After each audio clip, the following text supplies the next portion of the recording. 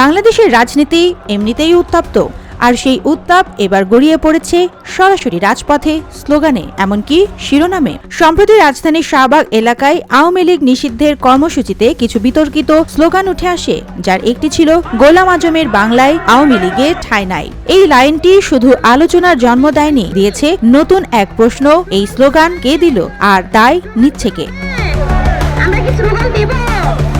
জাতীয় নাগরিক party NCP এখন ঠিক এই প্রশ্নের মুখে দাঁড়িয়ে, কারণ ওই কর্মসূচিটি তাদের ব্যানারেই আয়োজিত হয়েছিল।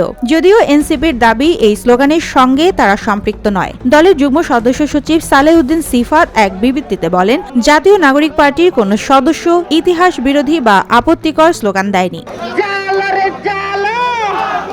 তবে বাস্তবতা হলো এনসিপির ডাকে এই কর্মসূচিতে উপস্থিত ছিলেন জামায়াত শিবির, হেফাজত, ইসলামী আন্দোলন সহ আরও কিছু রাজনৈতিক সংগঠনের কর্মীরা। সেখানেই কেউ কেউ গোলাম আজমের বাংলা, নাস্তিকের ঠাঁই নাই, এমনকি জাতীয় সঙ্গীত নিয়েও আপত্তিকর মন্তব্য করেন বলে সামাজিক মাধ্যমে ভিডিও ছড়িয়ে পড়ে।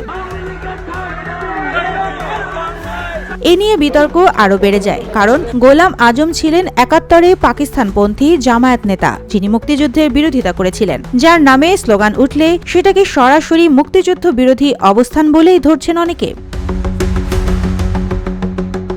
তবে এনসিপির দাবি, তারা সবসময় বাংলাদেশের সংগ্রাম ১৯৪৭, ১৯৭১ এবং ২০২৪ এই ৩ অধ্যায়কে সম্মান জানায়। আর যারা আপত্তিকর স্লোগান দিয়েছে তারা অন্য পক্ষ। তবুও প্রশ্ন রয়ে যায়, যদি মঞ্চ তোমার হয় তাহলে মাইকের দায়ও কি তোমার নয়?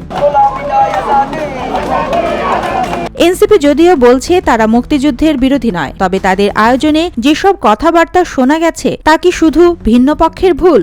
এই বিতর্কের মধ্যে এনসিপি আবার আহ্বান জানিয়েছে সব রাজনৈতিক দল যেন নিজেদের ভূমিকা পরিষ্কার করে, যেন ভবিষ্যতে বাংলাদেশ গড়ে তোলার পথে বিভাজন নয়, আসে ঐক্য।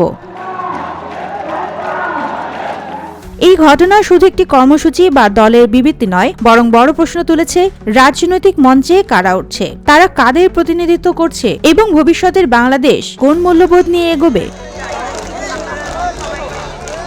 সুবর্ণা মেহজাবিন, দেশকাল নিউজ।